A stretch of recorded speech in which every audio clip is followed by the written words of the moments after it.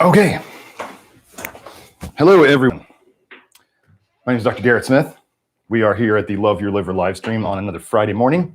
Also known as the Nutrition Detective, and my website is at nutritiondetective.com, which is where you can find the Love Your Liver program if you appreciate what the work is that we're doing here and what we're trying to help people to do and to mainly not do to themselves. Because so much of nutrition out there is people poisoning themselves with things that they think are going to help.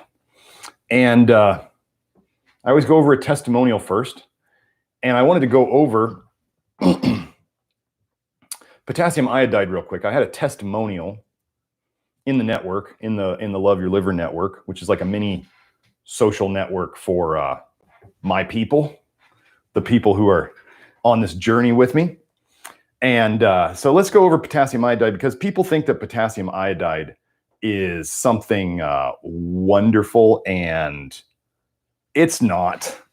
First, let me find the article where I go over the research and the documented problems that potassium iodide is known to cause, like ruining your thyroid. So here we go. There we go. That's the article I wrote a long time ago.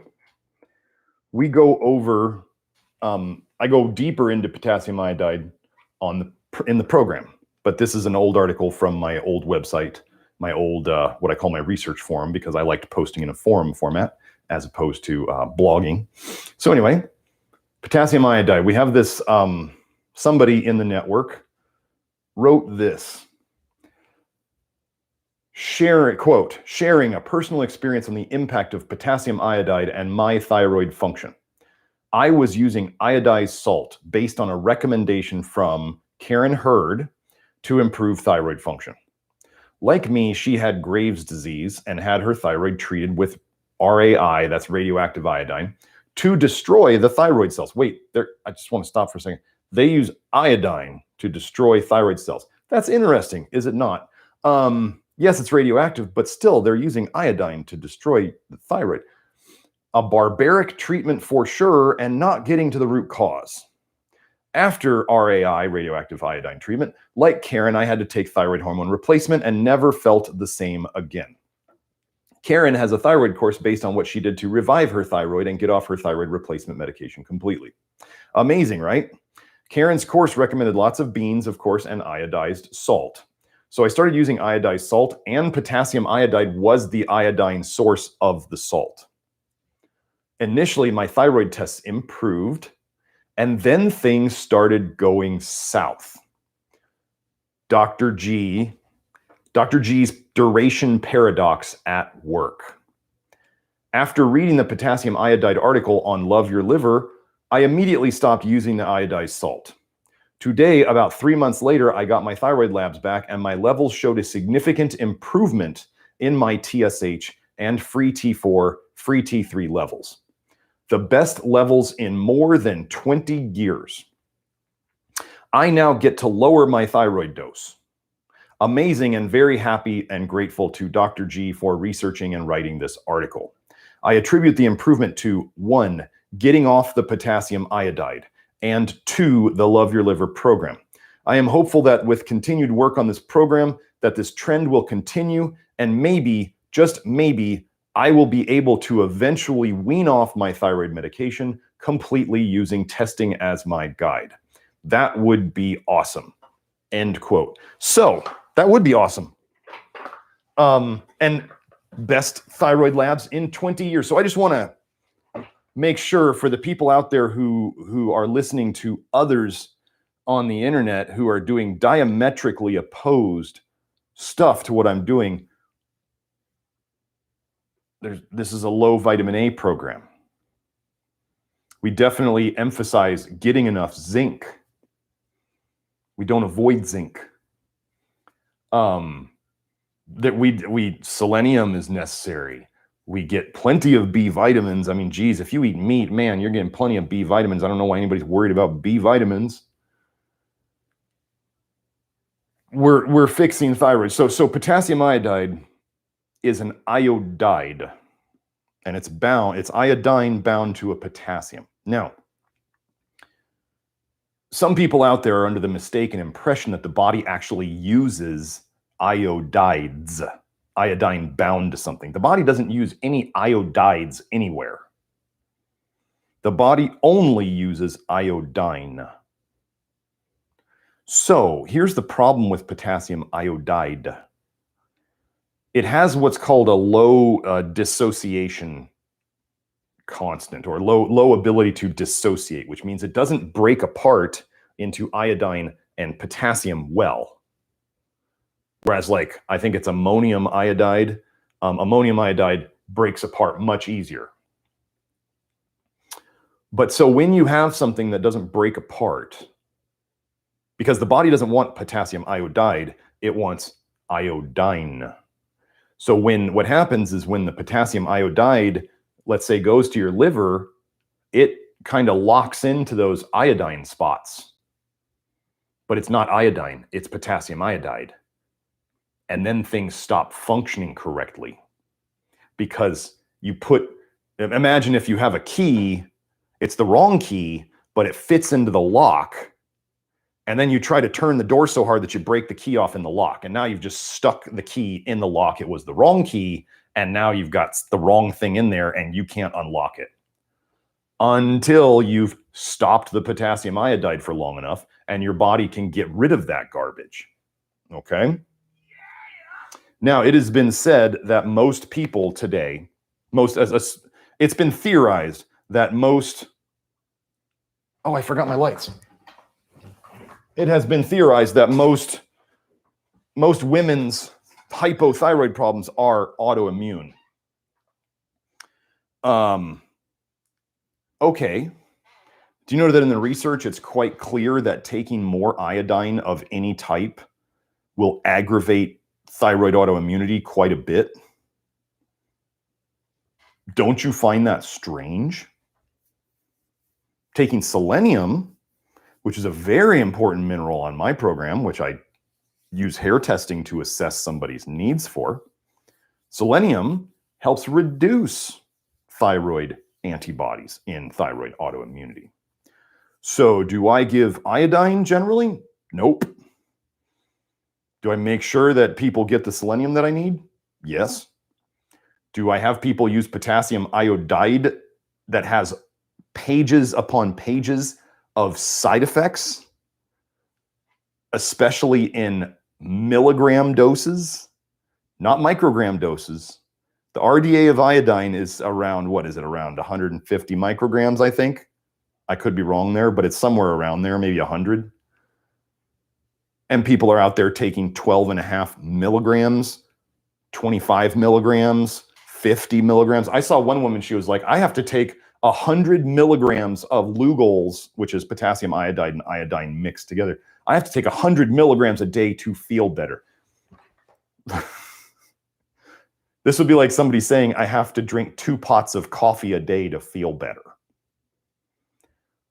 They are addicted to a poison. And the only way that they think their body functions is by continuing to poison it, which is the definition of like an addiction. And we only get addicted to poisons. So, for those of you out there taking potassium iodide in any form, I wouldn't do it. If you want to figure out some other source of iodine, that's on you. My clients, if my clients ask about iodine, I will discuss it with them, but I don't discuss iodine in the general bigger topic because I think more people have hurt themselves with this than ever helped themselves. So, and people will say, oh, the vitamin A detox diet has almost no iodine in it. And yet we're fixing people's thyroids. They're lowering their thyroid meds. Grant Genereu's been doing this diet for 7 years, eating beef or bison, beans, and white and brown rice. 7 years. Don't you think an iodine deficiency would have hit him by now? Is it possible we've been misled about iodine as well? Is it possible? Let me go into this forum. Let me find, you know, that vitamin A toxicity messes up iodine metabolism. Oh.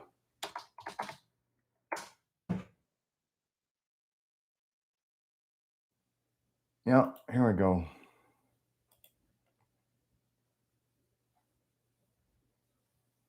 Yes, here it is. Here's the article.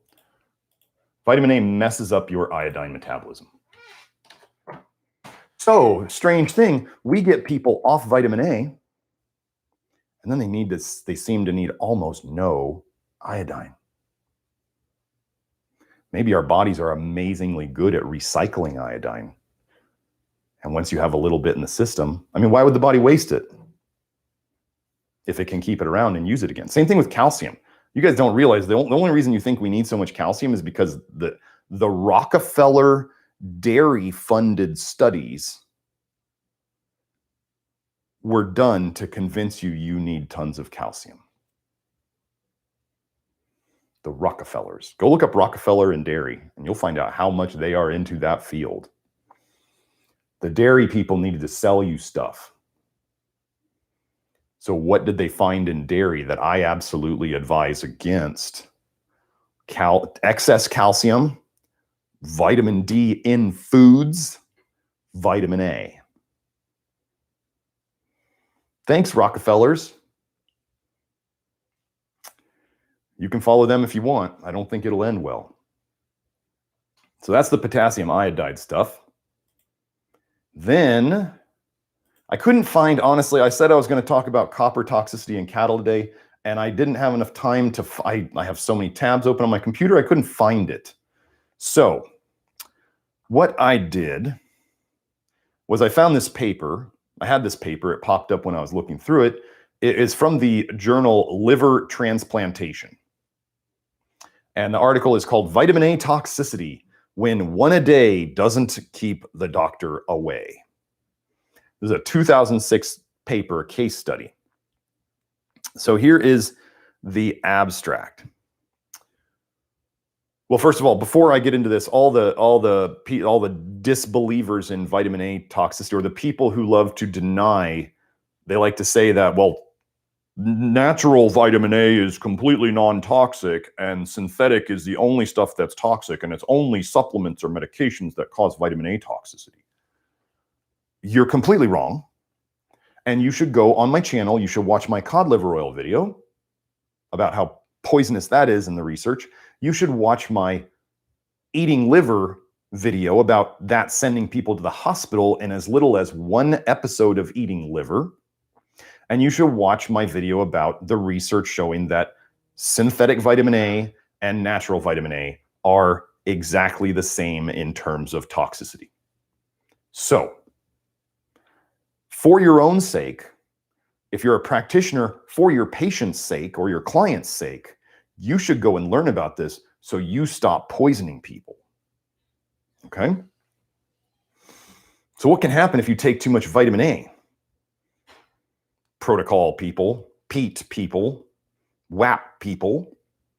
Vitamin A toxicity has been reported to cause severe liver disease and occasionally liver failure. I don't know if you know this, but liver failure means you die. So vitamin A can kill you. Herein, we present the case of a 60-year-old male with symptoms of muscle soreness. Who has that these days? Alopecia, hair loss, nail dystrophy, people having nail issues, and ascites, swelling in the gut. He continued to deteriorate with the development of refractory ascites. That means it wouldn't go away. Renal insufficiency. Oh, it's attacking his kidneys too because his liver can't handle it. And encephalopathy, brain inflammation, and failure to thrive. A liver biopsy, the gold standard of vitamin A toxicity, demonstrated the presence of Edo cells and vacuolated Kupffer cells without the presence of cirrhosis. His clinical history revealed ingestion of large doses of vitamin A. Notice they didn't say supplements or foods. They just said ingestion of large doses of vitamin A. His worsening clinical situation ruled out the possibility of a transjugular intrahepatic portosystemic shunt.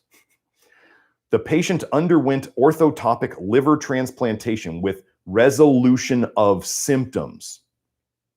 Vitamin A toxicity should be considered in the differential diagnosis of non-cirrhotic portal hypertension.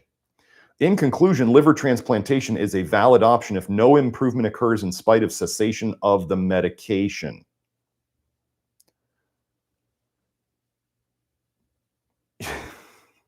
So they took out his giant storage of vitamin A in his liver because it ruined his liver.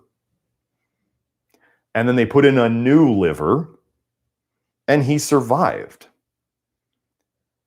When you are eating liver, you are poisoning yourself with vitamin A. That's all there is to it. So I want to see if I can just, without wasting too much time here, I want to see if we can see what he was taking, what he was eating. Oh, wait, here's an important thing. The patient's free retinol level was normal. Okay? I've gone over this a bunch of times, folks. Your blood vitamin A level can be low or normal or high, and your liver can be absolutely full of vitamin A. Your blood vitamin A level has almost nothing to do with your liver vitamin A level. This guy's liver was dying and his blood vitamin A was normal. Oh, wow, this guy really did it.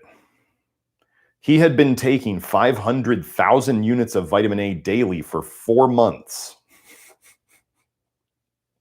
Then 100,000 units monthly for 6 months. So in 10 months,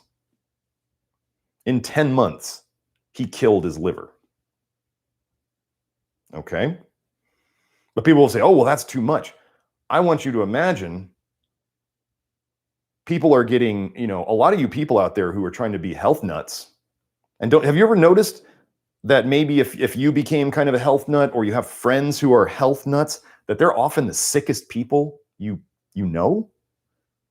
Why is that? What are they emphasizing?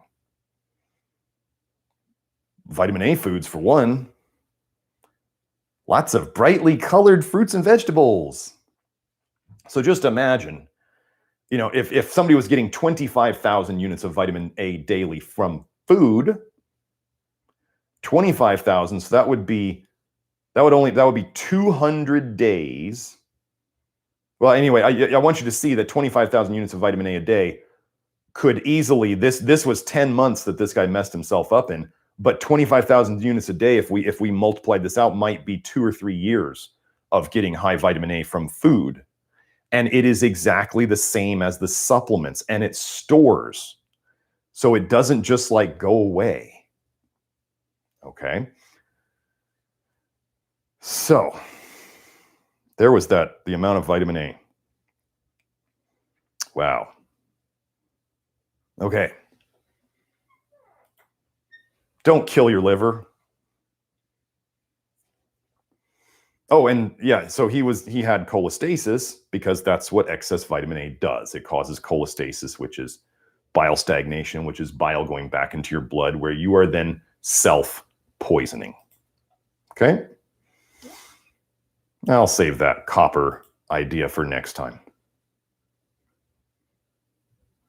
So let's go and get some questions now. Amber, I see your top question during pregnancy is interesting regarding cholestasis. I don't know. I don't see the stuff before that, so I don't know what that's in relation to. Simon asks, can we mitigate the bone resorption effects of vitamin A toxicity somehow? Calcium, K2, vitamin E, magnesium, maybe. I do not use extra calcium with anybody. Go look up hypervitaminosis A and hypercalcemia. What vitamin? So this is a key thing for people to understand about calcium. Vitamin A grabs calcium out of your bones. That's what it does. It basically, just think of it as like it's got a little, one of those little pickaxe, like little mining pickaxe, and it just goes in and it's just chopping out calcium out of your bones, which then goes into your blood, which then causes hypercalcemia, which is why in that vitamin A toxicity paper, he had muscle soreness. What causes muscle soreness more than anything? Excess amount of calcium floating around in you, getting stuck in your muscles, getting stuck in your joints, called calcification of your joints, which is arthritis. And so you just have too much calcium floating around. So riddle me this. If you have too much calcium floating around in your blood because you're taking it out of the bones, do you think adding more calcium to your blood is going to fix anything, or is it going to make it worse? Taking more calcium and more vitamin D never fixed the osteoporosis. If you go and look up osteoporosis, the stats, it's only getting worse. And yet we've got more people taking vitamin D, and we've got more people shoving calcium down their throats, more people drinking dairy. It's getting worse. Osteoporosis is not a problem of a lack of calcium. It's an inability to retain the calcium in the bone. Now, vitamin D supplements, when people go, which is are poison. I have a video on my channel all about that. Vitamin D supplements, what they will do is they will force your body to either, if you have calcium coming in through your diet, vitamin D supplements are going to raise your blood calcium level. That's what they do. By hook or by crook. So if you are getting calcium from your diet or from supplements, they will pull it from your diet, from the intestines into the blood. So they will raise the calcium level in the blood. Oh, what if you're taking vitamin A and vitamin D? You got calcium coming out of your bones from the vitamin A. You got calcium coming into your blood from the vitamin D. And now you have this explosion of calcium in your blood, which makes you feel like hot garbage. But if the vitamin D, if there's not enough calcium in your diet for that the vitamin D wants to grab onto, then the vitamin D supplements will then go and do what's called bone resorption, and the vitamin D supplements will then start pulling calcium out of your bones as well. Isn't that crazy that vitamin D supplements can induce osteoporosis also? So, adding more calcium or more vitamin D is not the answer in this situation. What do we do about vitamin D on this program? You get sunlight or UVB. You avoid vitamin D supplements, or you don't have to avoid it all in food, but you definitely don't go searching out vitamin D in foods. There's no need for that. You get your magnesium, which I can tell on a hair test whether whatever your chosen magnesium approach is working for you or not. You get enough zinc, which I use blood and hair to analyze your zinc sufficiency or not, which is the way it is for most people. And then we see vitamin D levels fix themselves. And on the hair test, we see calcium levels fix themselves. I don't do anything with vitamin D or calcium other than what God designed us to do, which is get sunlight and get good food and avoid poisons. And if you go and look at the biblical diet, there's almost no vitamin A in it at all. There's definitely not any pharmaceuticals or vaccines or excessive amounts of fat or excessive amounts of sugar. Crazy. It's almost like the diet we're working on over at the Love Your Liver program. So, K2. I have about a 4-question list that I go over with my clients to determine if they have a vitamin K2 deficiency. If they do, I have them trial some vitamin K2. Simple as that. If they don't have vitamin K2 deficiency, I don't give them vitamin K2. There's no need to take a bunch of, people are out there on 20 supplements. If you're out there on 20 supplements and you feel like hot garbage, you're not doing anything, you're not doing yourself any favors. You're not going to magically get better by taking 20 supplements or some protocol. It doesn't just work that way. Not everybody's problem is the same. That's why protocols for health don't work. Okay? An example of this I like to use is just if you had back pain and somebody says, here, do this back pain protocol, and you do it and you're like, well, it's not helping my back pain, because nobody realized that you were wearing a wallet that was that thick in your back pocket and tilted your hips all the time when you sat all day. Protocols don't work. That's why I actually get kind of upset if on the internet people say they're doing my protocol. I don't do protocols. The Love Your Liver program, I even talk to people about it. I say, you try this. And if that doesn't work, then you do this. Is that a protocol? If this doesn't work, try this. If this doesn't work, try this. Because different people need different approaches based on their reactions to things and based on whatever caused them to get here. Okay? Vitamin E. Vitamin E is, I'm not totally sure that vitamin E is a vitamin. Tocopherol is an alcohol. Are there a lot of alcohols that we think would be vitamins? Tocopherol, retinol, cholecalciferol. I'm not so sure. Nobody on my programs does any supplement of vitamin E. Magnesium is a staple of the program. Magnesium helps dissolve calcification deposits. Magnesium is the counter to calcium. The way vitamin A and vitamin D supplements cause disease is by ruining your calcium metabolism. That's how they ruin your health. So magnesium is critical to fight against that. But the biggest thing about stopping the poisoning is to stop the poisoning first. Or as we say, the poison always wins. So if somebody is taking vitamin A every day and they're like, well, I feel like Dr. Smith knows what he's talking about, but I'm just not going to stop taking vitamin A. And so I'm just going to do what he said here. I'm just going to do vitamin K2 anyway, even though I don't really know why. I'm just going to do magnesium. I'm going to do this. And then maybe it works. Maybe it doesn't. We test, we don't guess. So, Muzaffar asks, do immunosuppressants, delta cortil, increase vitamin A toxicity? Well, funny thing you ask. I was just looking up immunosuppressants and fatty liver, and it's AKA steatosis, yesterday. So let me tell you that I believe what a lot of drugs do in how they relieve your symptoms is they simply cause your bile and your liver's toxicity to stay in the liver and go backwards into fatty liver. Your symptoms are caused by the toxic bile that is getting into your blood via cholestasis, aka liver injury, because of the things that were done to you in your life, the things you did. If you were born with jaundice, you've had cholestasis ever since you were born.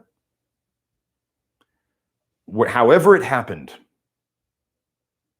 it's the bile in your blood. So then how can we relieve the symptoms that you're having from the bile in the blood? What does the pharmaceutical industry do, or what do they maybe even not even realize they do, is they stop the bile from going into your blood by shutting down your liver and turning it into fatty liver, where you store the bile inside your liver instead of letting it out. Where's the evidence of this? This is a theory, but what's the evidence? Well, what if I were to tell you that, like, let's say antidepressants. So bile in your blood affects how your brain functions. How could it not? It's toxic bile in your blood. So What if antidepressants were shown to cause fatty liver?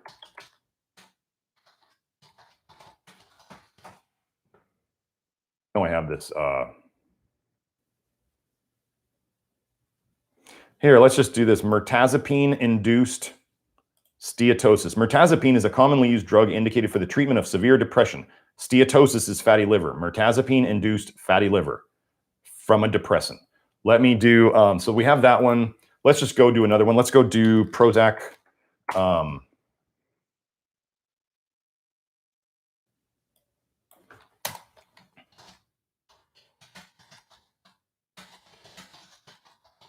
Just so we can establish the pattern.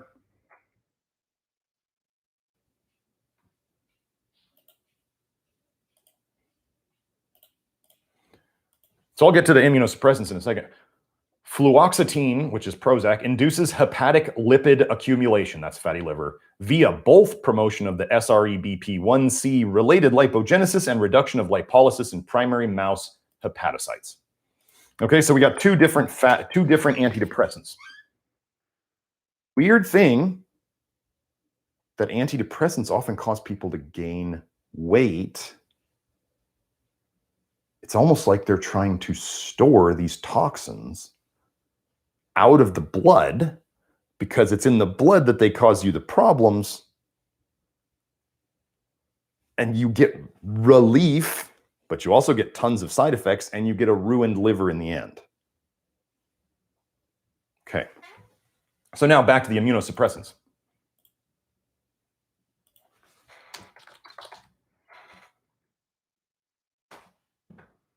I just looked this up yesterday.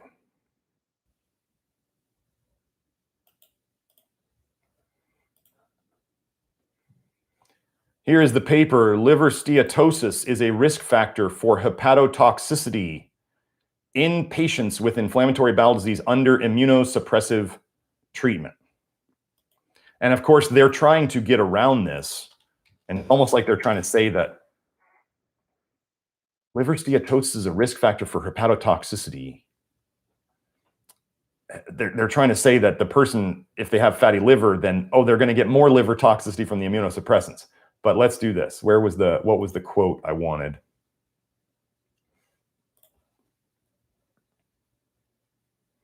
Where is the immunosuppressive treatment is known to exert hepatotoxic side effects by a still unknown mode.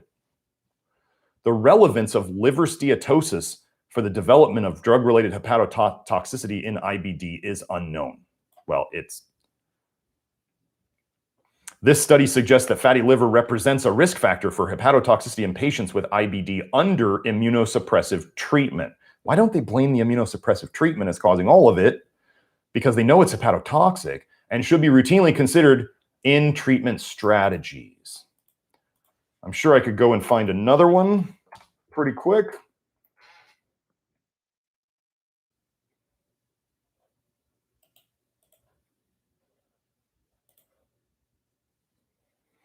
Inhibition of dexamethasone, a corticosteroid that they use in autoimmunity. Inhibition of dexamethasone-induced fatty liver development by reducing MIR17.5P levels.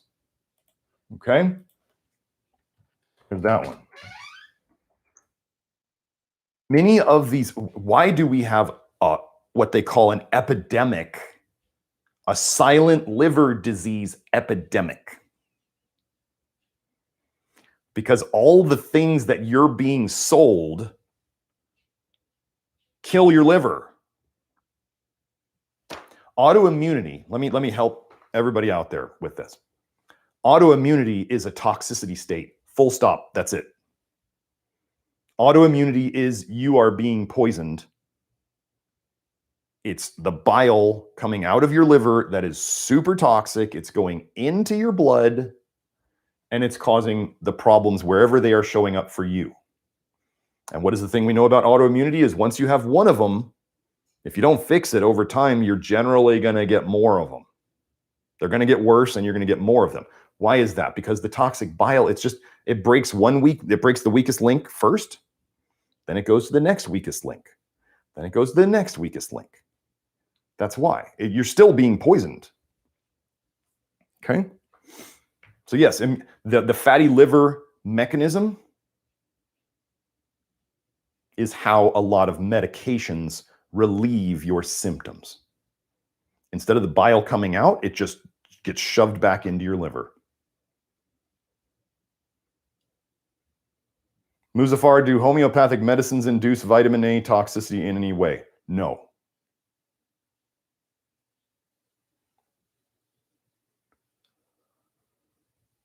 Oh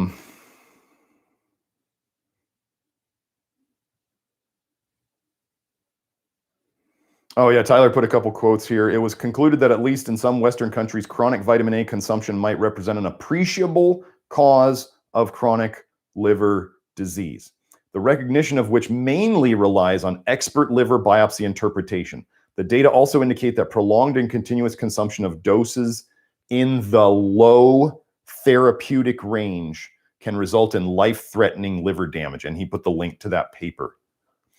Low therapeutic range. You people out there eating liver, you're in the low therapeutic range. You people out there trying to eat brightly colored fruits and vegetables are in the low therapeutic range. You may be in the high therapeutic range. Let us never forget 1974, New York Times reported a man who probably thought he was super smart. He was going to live forever. A scientist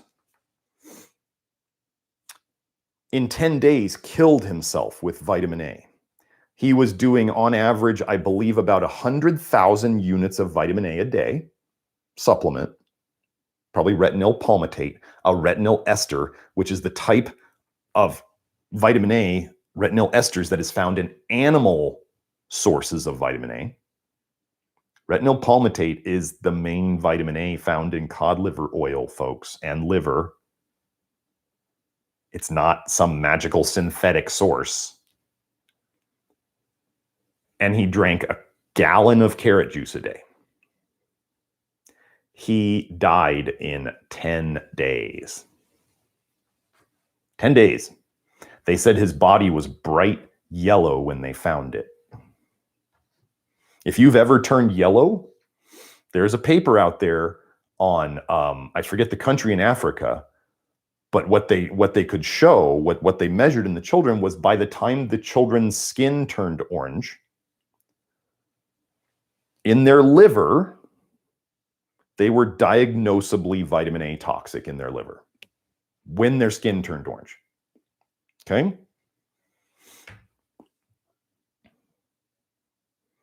Kurtu asks, is acne before or during menstruation caused by cholestasis? Yes, that would be the bile coming out. The hormones, okay, so when women's cycles, like women in general, have a much tougher time with this because of the hormones going all over the place. The more the hormones swing, it is theorized that during pregnancy, why pregnancy is so associated with intrahepatic cholestasis. They actually say that cholestasis is part of a normal pregnancy these days. That's how sick everybody is.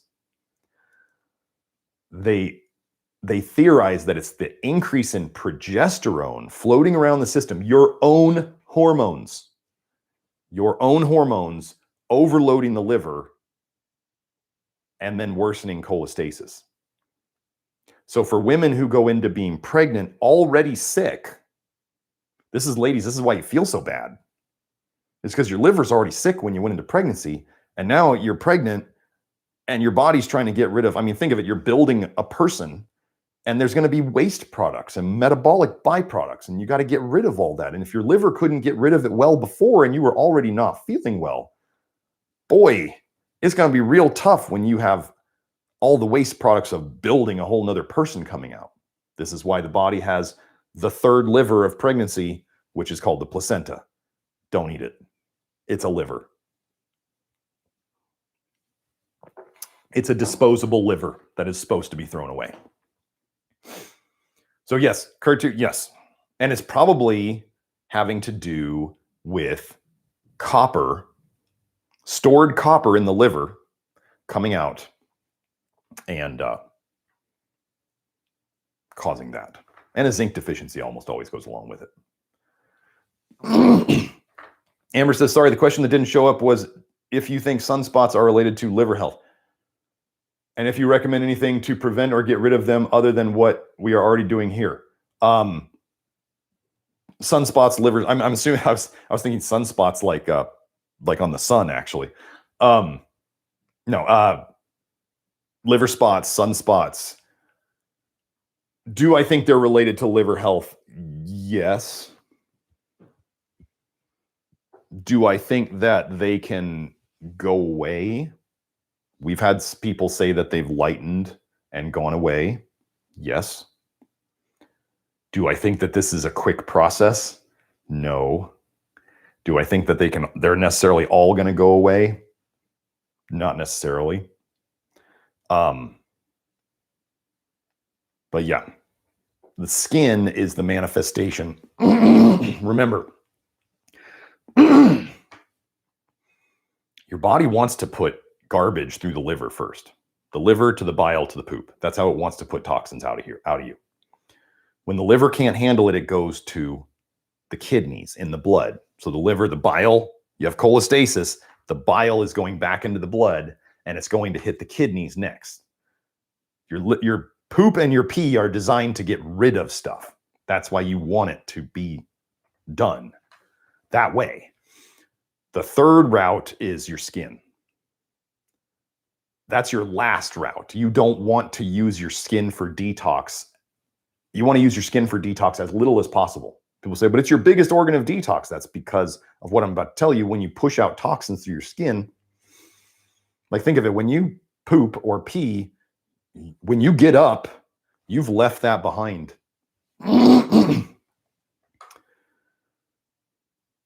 When you sweat or you have sebaceous, secretions come out on your skin, where does it go?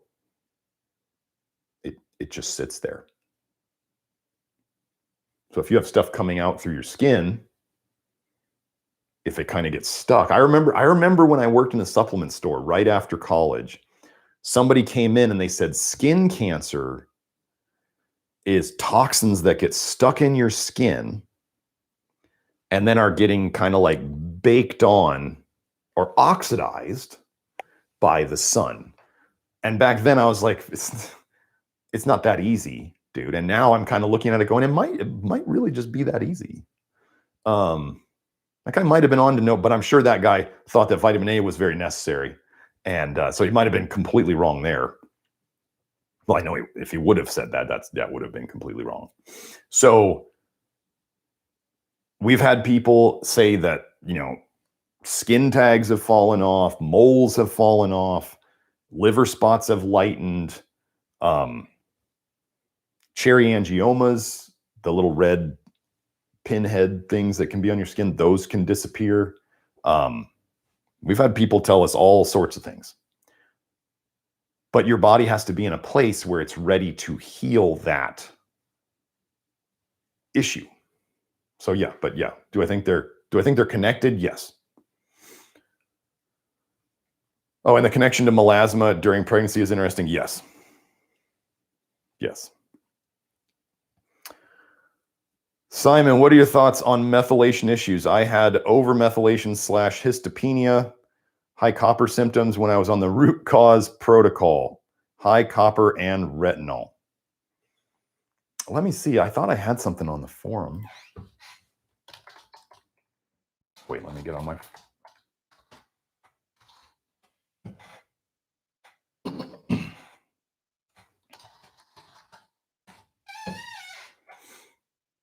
Yeah, here we go. Epigenetics and methylation is negatively affected by vitamin A. So I have a couple. Here we go. Well, you know what? I'm just going to put, there's a couple articles here, so I'm just going to put the search so you can see that several articles. Yes, so vitamin A toxicity absolutely affects, let's just go do this. I don't know if I've searched for cholestasis, methylation.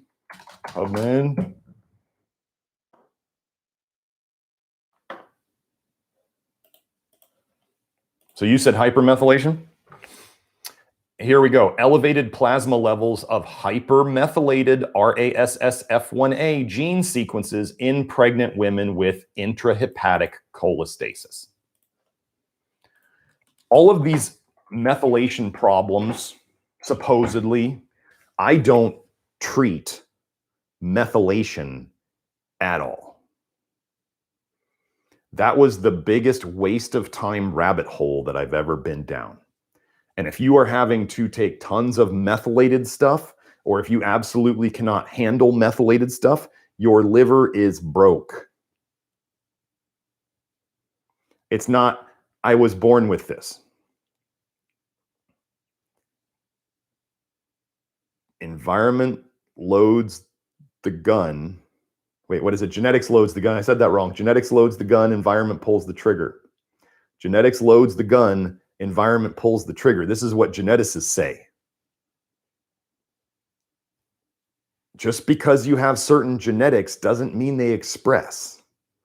But if you have certain genetics and you do the wrong thing, then they express. And depending upon your genetics, you may not be able to get away with as much stuff as other people. You might be kind of what we call a weak constitution person. You might be a sensitive person. I can tell you that as we get the liver healthier, people become less sensitive. Well, let me take that back. They're able to tolerate more things. We have several multiple chemical sensitivity people who are not multiply chemical sensitive anymore. But still, if they walk through the supermarket row with all the nasty fabric softeners and all that stuff, they still smell it and they go, I don't want to be here, because they're smart, because they know that that's poison. There's nothing wrong with being smart and not wanting to poison yourself, but they can tolerate. They will say, well, I used to walk down that aisle and I'd get a headache, migraines or whatever, and now they don't. But they still know they want to get out of there. Their body is smart enough to tell them, get gone. Now, I have a theory. If anyone out there knows researchers in the epigenetics area who is doing this kind of research, what I want to find out is if they are what's called differentiating the cells that they use in these studies with retinoic acid. So what if, here's my theory, because they do this is the normal thing to do. They differentiate cells with retinoic acid. So basically, retin-A, a relative of Accutane.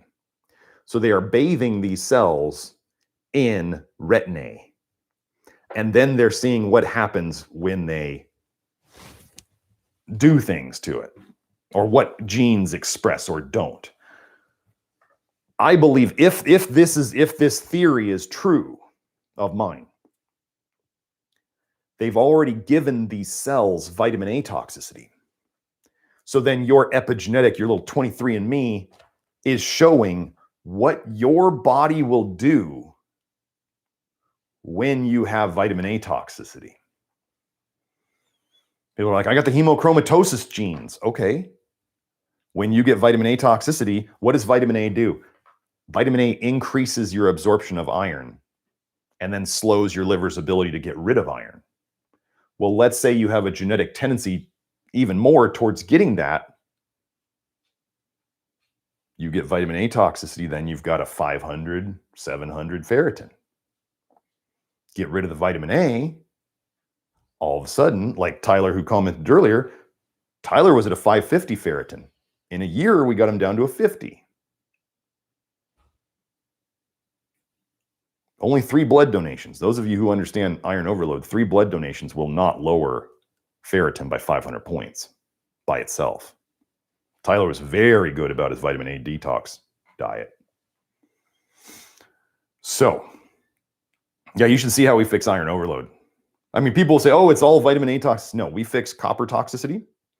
We fix iron overload. We fix excess calcium on the hair test. We fix low calcium on the hair test. We fix the 4 lows on the hair test, which the the biggest name writer on the internet, Dr. Lawrence Wilson, says that the 4 lows are extremely difficult to fix. And I'm like, no, nope. It takes a while, but it's not hard to fix. Just got to know what you're doing. But what do all these other, what do all the hair analysis people do? They all give vitamin A to everybody. Why do they do it? This is the duration paradox, where things in the short term do different things than the long term. Short term, on a hair test, vitamin A will lower your hair calcium. Long term, on a hair test, vitamin A will raise your hair calcium. That's for 95% of people. The other 5% can have the opposite happen. That's why we don't have a protocol. So thank you for commenting about that, Simon. Yeah, but methylation problems. I mean, you got the methylation crowd, you got the iodine crazy people, you got the cod liver oil people, the fermented cod liver oil people, and the WAP, like was it the VP of WAP dying of a brain cancer? It's terrible, folks. We're trying to save people here. So Simon said, nice. He said, now it's settled down pretty much completely with rice plus 2 pounds of lean beef daily while keeping copper low. Low copper, low vitamin A, and your methylation problems fix themselves. It's almost like we're onto something here. TK asks, what causes some people to have high histamine? There's something that you need to know about me. I don't get into the weeds about every little condition. I don't need to know all the different bodies. When they get sick, just like that epigenetics I was talking about, different bodies, when they get sick, go different directions. Some people, as they start to get unwell, they might start to get too hot.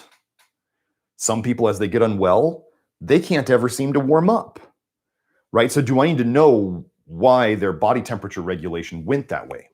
No. I just need to know, give the body what it needs, help it get rid of what it doesn't want, and then get the hell out of the way.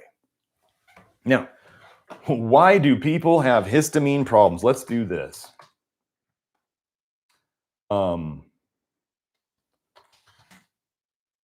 Cholestasis, there it is.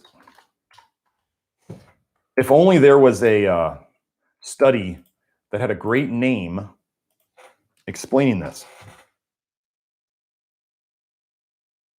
Raised histamine concentrations in chronic cholestatic liver disease. Oh gosh. You mean cholestasis causes elevated histamine levels? What does cholestasis not cause? That was a joke. So one of the things that histamine, let me do, just so I don't say anything wrong.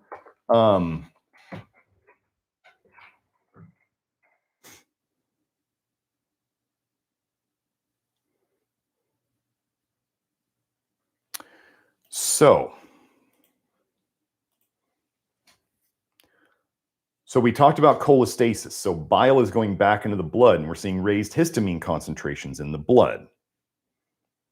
There are also raised, let's do aldehyde, cholestasis.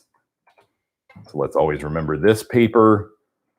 Cholestatic liver disease results in increased production of reactive aldehydes in the blood, and an atypical periportal hepatic antioxidant response.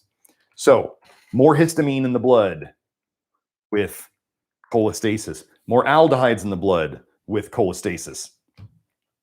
What connects the two? So here we have an article called Alcohol Histamine Interactions. Well, what is vitamin A? What is retinol? That's an alcohol. Ethanol, methanol. So what about this? Alcohol and histamine metabolic pathways in the body have the common enzymes aldehyde dehydrogenase and aldehyde oxidase. The metabolite of ethanol, acetaldehyde, can effectively compete with the metabolites of histamine, methylimidazole acetaldehyde, and imidazole acetaldehyde. At the periphery, alcohol and acetaldehyde liberate histamine from its store in mast cells and depress histamine elimination. Depress histamine elimination by inhibiting diamine oxidase, resulting in elevated histamine levels in tissues. Sounds like, so alcohol, you'd be saying, well, we're not talking about alcohol here. I don't drink. Well, if you have vitamin A toxicity, you have all the alcohol liver problems that are related because it's all alcohol dehydrogenase, aldehyde dehydrogenase. It's all connected. This is why I don't have to know everything about every condition, because we've gotten down to the root, the real root. Now, just so you know about the other people talking about root cause and telling you to avoid zinc, I can tell you, let's just do this.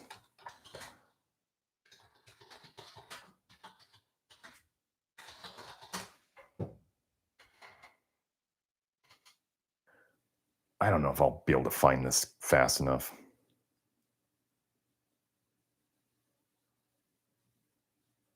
There was I'll find it for some other time, but there were stories about, I think it was early 2000s, where they ran out of zinc to give to newborns in the NICU. You know what all the newborns developed? Cholestasis. Do you know what nutrients the smart dietitians will take out of tube feeding if they see that there's cholestasis developing? They'll take out copper and manganese. So there's people out there telling you need to get more copper, fix your copper, get bioavailable copper. Go look that up on PubMed. Go find bioavailable copper on PubMed. Or they're going to bind niacinamide to copper. Go look up what niacin does to the liver. My goodness. So you bind copper to niacin, and that's going to magically do something? And then remember, people can feel good. People, oh my gosh, you take somebody who's tired and you give them coffee, they feel amazing. That doesn't mean that the coffee's good for them. If you have somebody who's dying of methanol poisoning because they turn it into formaldehyde, you can give them alcohol, ethanol, and if you give them enough alcohol for long enough, you will save their life because they pushed the methanol through an alternate pathway. Does that mean that alcohol's good for them? No, but you saved their life with it. You can use poisons to do all sorts of things. Isn't that what modern medicine is based on? Short-term gain for long-term destruction? Copper, anybody who thinks copper is good, it's a short-term thing. And it will turn on you, and then you'll probably be here. So,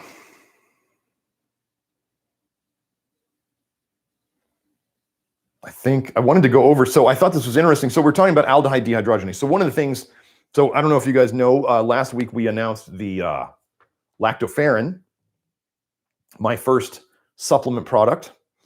And we have, in my opinion, the highest quality lactoferrin on the market by far. And if you understand that you get what you pay for and buy nice, don't buy twice, I'll tell you, you may want to get ours and not mess with the other ones, because we've seemed to figure out that we're theorizing that the denatured proteins that happen when other companies use whey as from a byproduct of cheese making, when they use whey to get their lactoferrin, people tend to have a lot more strong reactions to it. And that has been greatly relieved with our stuff. So I thought I wanted to But it was interesting that I looked up lactoferrin. So that histamine question, I wanted to go into the histamine question. Histamine and vitamin A and all your neurotransmitters and all the aldehydes, if you're out there using scented anything, you're basically just putting aldehydes into your system. All of these things use ALDH, okay? You need ALDH to detox them. And a lot of people, like they could show that pesticides, this is in the research, pesticides slow your ALDH, okay? Let me see. I thought I had, oh, did I do, so I went and I looked up lactoferrin and aldehyde dehydrogenase.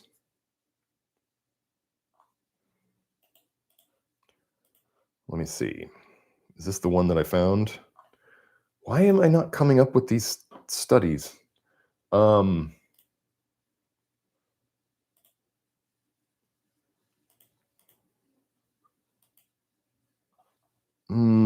God dang it. Wait, let me go on actual PubMed itself.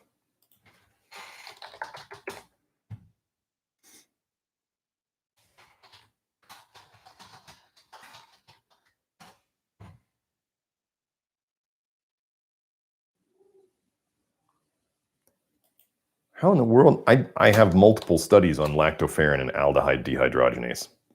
Anyway, I'll get back to whatever. I'll find it later. So,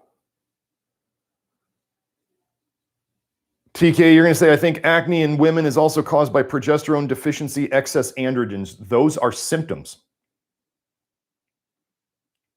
Hormones are at the top of the pyramid. Hormones are built on everything below it. What if I were to tell you in PCOS, excess androgens in women, they nearly always find a copper excess and a zinc deficiency. So is the excess androgens, not enough progesterone, a symptom? Yes. It's when people try to manipulate the top of the pyramid and they don't do the bottom. It's like when men go and get on testosterone replacement therapy and they haven't even dealt properly with their zinc, and they haven't dealt properly with their selenium, and they haven't dealt properly with their magnesium, and they're taking in tons of vitamin A and their liver sucks because they drink every weekend. Their low testosterone is a symptom. And then they can say, well, I took more testosterone and it fixed my problem. I feel better now. What's going on underneath it all? What is still just bubbling underneath the surface? Their zinc deficiency is getting worse.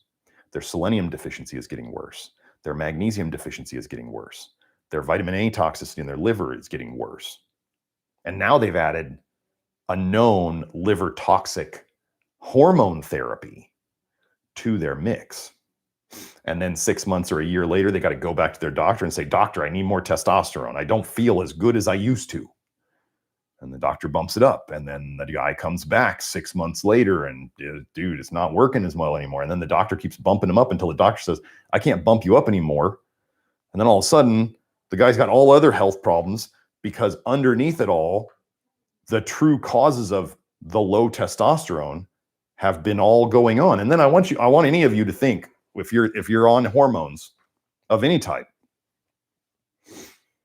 what happens when the supply chains for pharmaceuticals don't work anymore?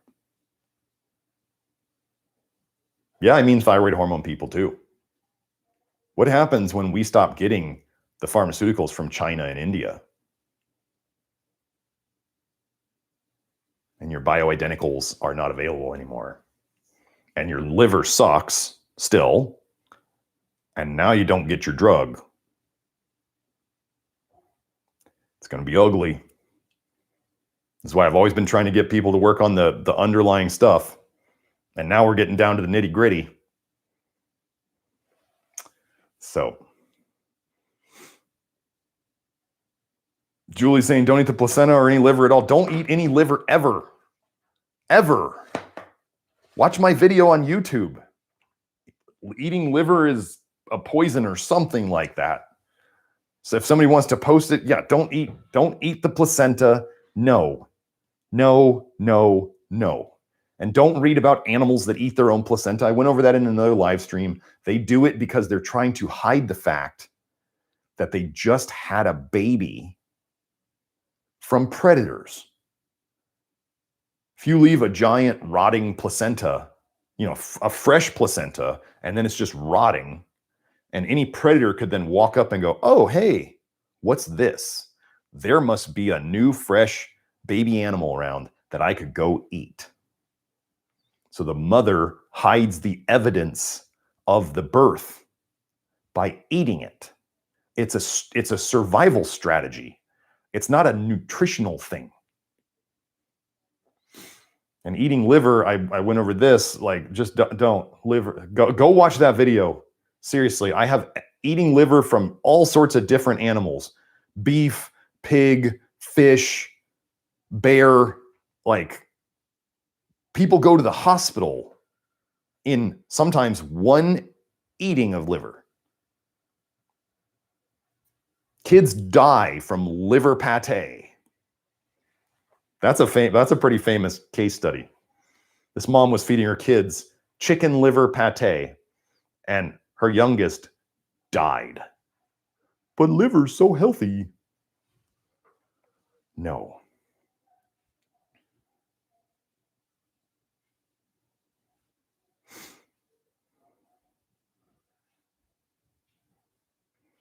Yeah, so we're talking about liver tasting nasty. Liver tastes nasty because you're smart.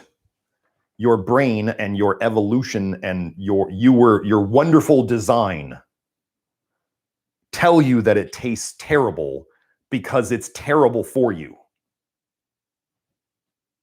That's why. We were very well designed. Why do kids not like a bunch of vegetables? Because they were well designed. Okay. Oh yeah, the last, well, Hope added here, I got rid of a lot of copper once I stopped intoxing copper. That's a key thing we always talk about. You got to stop intoxing before you start detoxing, which for me was a copper IUD on top of pans, like those copper lined pans, yes, and other cooking things. Those new copper pans, when I saw them come out, I was like, oh my gosh. Do you not realize that they're trying to poison us? I mean, people, you gotta, all the big alternative people and the big conventional people, just like in politics, they're all working for the same people. Just like the main owners of Fox News and CNN are the same companies. Okay? The main people in all aspects of health are funded by the same people. And they want you infertile and sick. Copper, I have another paper that I'll go over next week. Copper makes you more infertile. I have a study on Spanish men who, the more organ meats they ate, like liver, the worse their sperm was. They want, and then if you don't get enough protein, I've gone over this before, you get cholestasis. What do they want everybody to do? Go plant-based. Eat the bugs, plebe. Let's have fake lab-grown meat.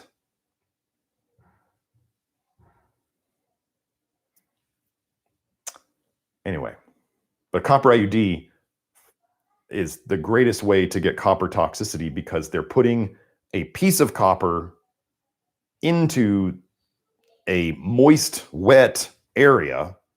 And so you are just constantly dissolving and absorbing copper off of that. And So for those of you who are into copper, they use a copper IUD to induce infertility, because that's what birth control is. You have a think on that for a second. Putting a piece of copper into a woman makes her infertile. I have a joke that my ex-wife never really liked, but I would say, I would joke that I would say, if you send a woman to me who's having trouble with fertility, I will get her pregnant. And I thought it was a great joke. I would never cheat. But we had this thing where, I mean, we had one woman, 5 years of unexplained infertility. Nobody could explain it. Then all of a sudden, within a year of working with me, she's pregnant. We have so many babies. And what women who work with me say is that the pregnancies after they've started doing this stuff are the easiest they've ever had. And all of a sudden, instead of the normal progression with most families, and moms and dads who pay attention, you'll tend to notice this. Oftentimes, kid 1 is the healthiest, kid 2 is less healthy, kid 3 is less healthy, kid 4 is even less healthy. This is because the mother is becoming more and more toxic over time. But then all of a sudden we start to see, ooh, this kid's really healthy. He's not getting all the health problems that the other kids had, because he was born with a healthier liver. Anyway, we'll go over more about lactoferrin and copper and all sorts of stuff next week. I am all done for today. I got to go. Hope you all have a great day. I am the nutrition detective, Dr. Garrett Smith, signing off. Have a great weekend. Bye now.